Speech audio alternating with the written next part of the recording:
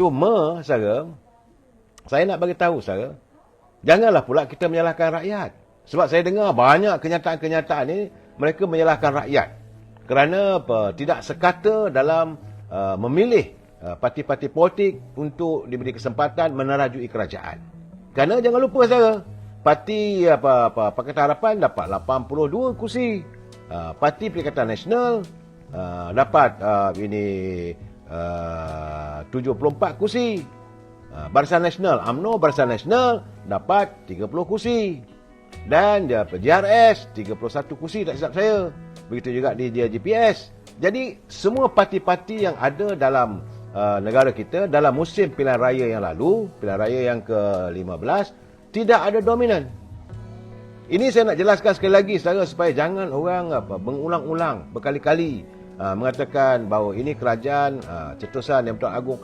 Ini kerajaan Tuan Agong, itu pasti. Jangan sesiapa mau menjatuhkannya.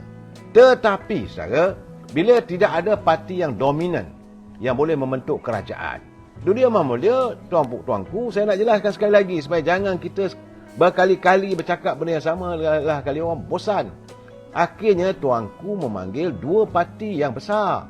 Yang bukan besar kerana parti itu besar, tidak, saudara, kerana memenangi kursi yang banyak.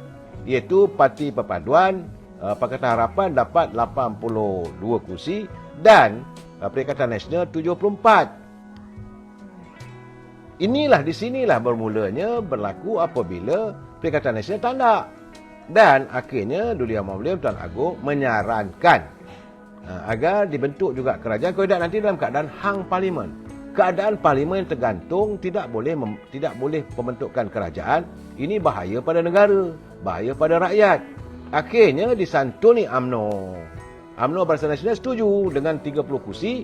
Dapatlah Datuk Seri Anwar Ibrahim, iaitu yang memimpin Pakatan Harapan, membentuk kerajaan dengan jumlah kursi pada mulanya 112. Ada majoriti sikit, saudara. Dan kemudian datang pula gabungan parti daripada Sarawak menjadi pengukuh. Begitu juga dengan gabungan parti Sabah. Ini realiti, saudara. Soal pelantikan Perdana Menteri, ini kadang-kadang saya hairan juga. Mereka yang bijak sangat bercakap soal politik dan sebagainya, saya hairan apabila mereka menempelak. Bukankah di bawah perlembagaan negara menyatakan bahawa pelantikan Perdana Menteri itu adalah hak prerogatif Duli Yang Mulia Tuan Agong. Itu hak mutlak, tak siapa boleh cabar, tak siapa boleh pertikaikan. Siapa sahaja yang pada fikiran Duli Yang Mulia Tuan Agong boleh mendapat sokongan majoriti di kalangan ahli-ahli parlimen sejumlah 222 orang. Ini kena jelas, saudara. Soal kerajaan perpaduan yang disebut kerajaan madani lah, perpaduan apa semua, itu soal lain. Soal jawatan Perdana Menteri ini, itu hak mutlak Agong. Jadi kalau kita nak mencabar, boleh dicabar hanya melalui undian di parlimen. Dan sebab itu, dulu kita ada 3 Perdana Menteri sebelum ini, iaitu Tun Dr. Mahathir yang membentuk kerajaan Pakatan Harapan dulu. Akhirnya beliau munduri, dan lepas itu langkah Sheraton naik Tasimuddin yang tidak mahu membawa usul kepercayaan di parlimen itu, maka tergantung. Itu yang rakyat terkurung dan sebagainya begitu lama. Dan akhirnya setelah menyedari bahawa beliau tidak mendapat sokongan, maka dia minta jawatan. Naik pula Datuk Seri Ismail Sabri. Juga diyakini tidak mempunyai sokongan majoriti. Lepas saja pilihan raya, bila mengatakan bahawa UMNO ugut Datuk Seri Ismail Sabri untuk buat pilihan raya, kalau tidak mereka akan tarik sokongan, saya kata tak ada benda itu. Memang pertikaian warga UMNO kecewa dengan sikap Datuk Seri Ismail Sabri melengah-lengahkan tarikh pilihan raya apabila UMNO menuntut disegerakan pilihan raya diadakan. Kesan daripada kemenangan kejayaan UMNO Barisan Nasional di Melaka dan Johor. Itu kena jelas, saudara. Dan waktu itu memanglah Datuk Seri Najib masih lagi di luar, tidak berada dalam penjara lagi waktu itu. Rasa yakin UMNO, sebab itu minta Datuk Seri Ismail Sabri sebagai naib presiden UMNO. Tapi bila orang kata UMNO tekan Ismail Sabri mesti adakan pilihan raya, kalau tidak nak usul tarik sokongan, saya kata tak betul tu. Jadi bagaimanapun, okey, kita buat pilihan raya. Bila pilihan raya, rakyat muak dengan sikap pemimpin sebenarnya. Mereka bukan muak dengan parti politik. Mereka muak dengan adanya percaturan politik yang berterusan, tak berhenti-henti. Kemudian ada pula elemen lain, kita tengoklah elemen duit dan sebagainya. Saya melihat wang bukanlah berarti segala-galanya, tetapi kemuakan, kebencian rakyat pada pimpinan. Saya tegur tentang pimpinan daripada UMNO Barisan Nasional yang selama ini bila anda jadi wakil rakyat, anda tidak melaksanakan tugas dan tanggungjawab sebagai wakil rakyat. Sebab itu walaupun Yang Amat Berhormat Datuk Seri Zahid Hamidi melakukan islah, dilantik ahli-ahli yang baru, muka-muka baru sebagai calon, keyakinan rakyat masa itu dah goyah. Ditambah pula lagi berlakunya sabotaj di kalangan pemimpin-pemimpin UMNO yang tak dapat jawatan. Akhirnya berlakulah apa yang terjadi. UMNO pun kuyup, cuma dapat 36 kursi sahaja. Daripada sebelum itu UMNO dapat 54 kursi dan menjadikan UMNO antara parti yang sedikit kecil berbanding dengan PAS, DAP dan Parti Keadilan. Itu realiti saya. Tetapi soal pelantikan Datuk Seri Anwar Ibrahim tidak boleh dipertikaikan.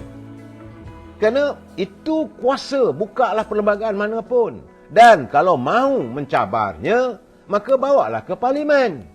Dan ini juga telah dilakukan oleh Datuk Seri Anwar Ibrahim. Dia kata bawalah, tak ada masalah. Sebab sebaik saja beliau mengangkat sumpah sebagai Perdana Menteri, beliau membuka Parlimen. Dan waktu diadakan pemilihan untuk jawatan speaker, itu indikasi pertama. Apakah beliau akan mendapat sokongan daripada kalangan ahli-ahli Parlimen seramai 222 orang itu. Maka waktu itu saudara, pelantikan calon daripada Pakatan Harapan, calon daripada Datuk Seri Anwar Ibrahim, Parti Keadilan itu Datuk Seri Johari Abdul mendapat 148 sokongan di kalangan ahli Dewan Rakyat. Yang ini memeranjatkan pimpinan daripada Perikatan Nasional. Jadi 148 tolak, kalau 222 tolak 148, ertinya Perikatan Nasional kekal dengan 74. Memang pun mereka cuma ada 74 kursi dan tidak boleh membentuk kerajaan. Samping itu, macam mana nak katakan Datuk Anwar Ibrahim tidak ada sokongan? Dan sebab itu tidak ada pula sebarang cadangan daripada mereka untuk mengusulkan supaya ada undian terhadap keabsahan Datuk Seri Anwar Ibrahim sebagai Perdana Menteri. Tak ada pengundian. Tetapi untuk jawatan Speaker Dewan Rakyat, ada undian belah bagi. Dan 148 yang menggambarkan bahawa ada 2/3 majoriti di Parlimen yang menyokong sekarang ni. Jadi berdasar daripada itulah kerajaan pimpinan Datuk Seri Anwar Ibrahim yakin beliau mempunyai sokongan 2/3. Kalau rasa tak sesuai, kalau rasa tak setuju, kalau rasa anda kuat, punya jumlah kewangan yang cukup, tak ada masalah. Tidak ada masalah, Parlimen akan bersidang. Saya rasa tak tahu, rasa bulan Mei ni.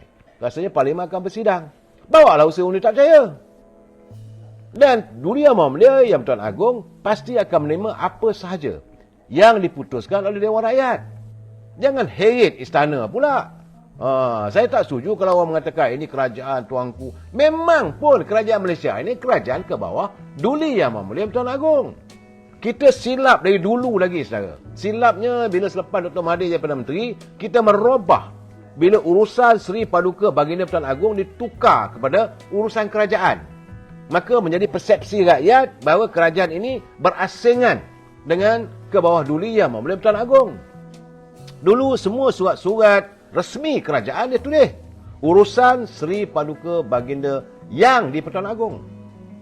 Tapi sekarang ni semua dah mangli lah kata orang, urusan kerajaan. Jadi artinya mula mereka memisahkan antara kerajaan dengan Duli Yang Mulia Pertuan Agong. Duli Yang Mulia Pertuan Agong hak dia. Negara ini beliau sebagai payung mahkota, beliau lah merajui dan mengikut perlembagaannya. Raja berperlembagaan saya. Dan baginda juga dipilih bukannya beliau naik takhta begitu saja. Bukan daripada keturunan. Beliau ada selalu saya katakan adalah dalam konsep paramount. Equal among equal. Itu kuasanya sama dengan raja-raja negeri lain. Dan baginda bukannya supremasi, bukannya satu kuasa yang mutlak. Tidak. Baginda terikat juga dengan Majlis Raja-Raja Melayu. Sebab itu setiap bulan diadakan mesyuarat Majlis Raja-Raja Melayu. Jadi kalau nak menyanggah bahawa kerajaan hari ini bukan kerajaan Tuan Agong, anda saya rasa derhaka. Memang kerajaan hari ini dan sampai bila-bila adalah kerajaan yang Tuan Agong. Tetapi untuk membentuk kerajaan mentadbir, sebab dalam separate power, terpulang pada parti politik yang mempunyai lebihan ataupun dominan dalam keputusan rakyat. Kalau rakyat pilih, maka okeylah, bentuklah kerajaan itu dengan kabinetnya. Tapi jangan berkatakan kerajaan Malaysia ini bukan kerajaan Tuan Agong, ini ditentukan oleh Perdana Menteri. Tak boleh, saudara. Tak boleh pula katakan bahawa rakyat menentukan kerajaan ini. Tak boleh, saudara, sebenarnya. Saya nampak ada percanggahan. Yang penting, kerajaan pentadbir yang dipilih oleh rakyat. Cuma pilihan raya yang lalu tidak mempunyai majoriti mana-mana parti pun. Kemudian mereka menyalahkan rakyat. Saya tak setuju kalau nak marahkan rakyat. Sebab rakyat pun dah bosan dengan mereka. Dengan sikap mereka yang menjadikan politik ini sebagai ladang untuk mengaut kekayaan. Akhirnya rakyat buat keputusan. Tak maulah. Pilihlah ikut hati mereka. Jadilah cecah berubah.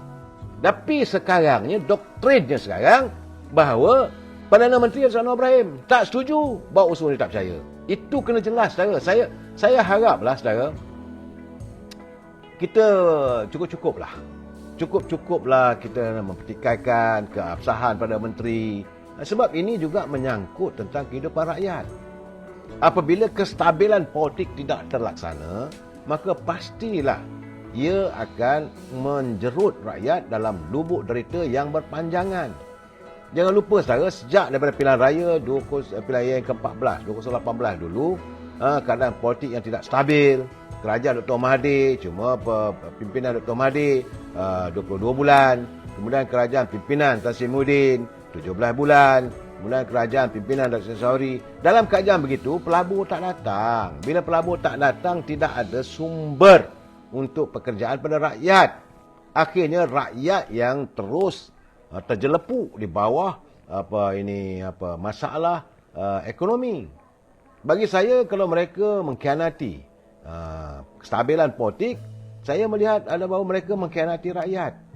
Mereka bukan hanya mengkhianati negara, mereka juga mengkhianati darat, rakyat dan diri sendiri. Sepatutnya biarlah. Kalau rasa tak setuju, kalau you ada kekuatan, tak payah cerita dengan orang. Perlu apa digembar-gemburkan? Saya pun tak faham. Sebab kalau gembar-gembur, kalau nak adakan pilihan raya. Ini keputusan Perdana Menteri Datuk Seri Anwar Ibrahim, 222 orang. Jumpalah dia orang. Kalau kamu punya banyak wang, berbilion-bilion, belilah dalam scheme of thing dan sebagainya. Biar rakyat melihat bagaimana jeleknya, bagaimana kotornya politik negara kita ni. Apabila wakil-wakil rakyat yang rakyat pilih dengan penuh keikhlasan, rakyat yakin dan percaya menghantar mereka ke parlimen, dan mereka terus menghakiskan impian dan juga keyakinan rakyat, kepercayaan rakyat. Siapa saja saya lihat kalau berada di parlimen masih lagi mau mengkocak-kacikkan, mewujudkan keadaan yang tidak stabil di parlimen itu, mereka khianat pada rakyat. Itu jelas. Saya kena jelaskan perkara ini sebab saya tengok bila yang bawa Perdana Menteri menyatakan bahawa ada komplot untuk menjatuhkan kerajaan. Saya kata ini serius.